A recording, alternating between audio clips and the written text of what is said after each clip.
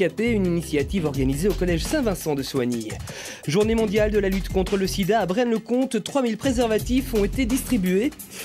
Dominique Monami a coaché les patrons de la région, une conférence organisée pour les 3 ans de Centre Capital.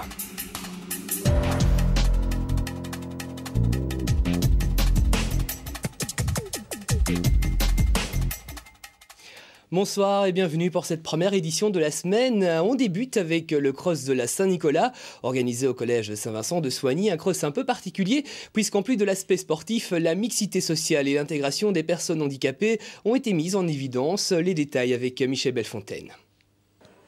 Le cross de la Saint-Nicolas, baptisé aussi Mémorial Philippe Pater, du nom d'un professeur trop tôt disparu, c'est une tradition importante au collège Saint-Vincent. Les profs d'éducation physique travaillent sérieusement à l'organisation minutieuse et bien sûr à l'entraînement des élèves qui ont intérêt à être en forme car ils sont évalués sur cette épreuve qui réunit plus de 2000 participants. Ils sont tous là, puisque dans notre CES, notre ensemble d'écoles, il y a 3 établissements avec chaque fois un peu plus de 800 élèves et tous sont là pour participer au cross de la Saint-Nicolas. Au niveau scolaire, la mixité sociale est actuellement au cœur de bien des débats.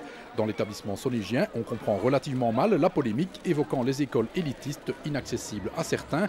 Ici, la mixité sociale, non seulement on affirme la pratiquer de longue date dans les inscriptions, mais en plus on la favorise par le biais de certains projets. Oui, la mixité au sens large, c'est non seulement un de nos soucis, mais un grand bonheur de voir ici à la fois des classes provenant de plusieurs de nos établissements qui s'associent, puisqu'on a des élèves de l'enseignement général, du technique, qui s'associent dans un projet, avec des jeunes handicapés aussi. L'ASBL École de la Vie et son club Tous à bord, initié par Jean-François Lanvin, collaborent activement à la réussite du cross de Saint-Nicolas et surtout à ce brassage d'élèves. La personne handicapée est également intégrée aux activités.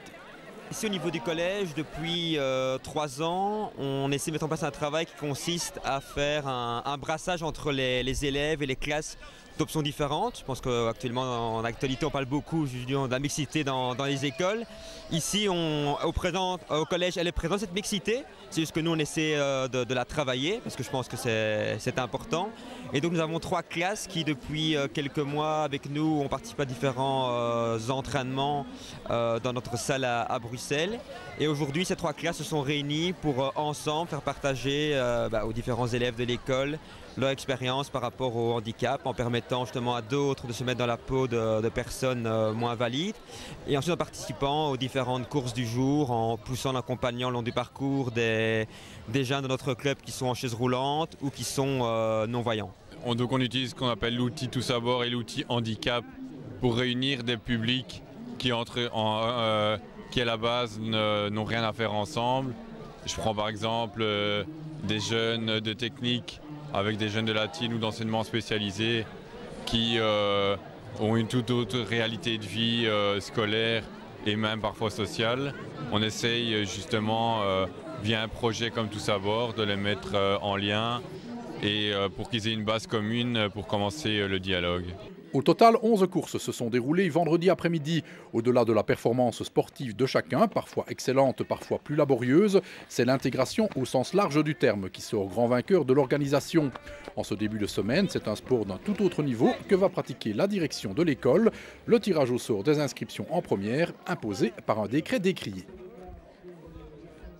Et justement, un tirage au sort qui a débuté ce lundi. Une inspectrice de la communauté française était sur place.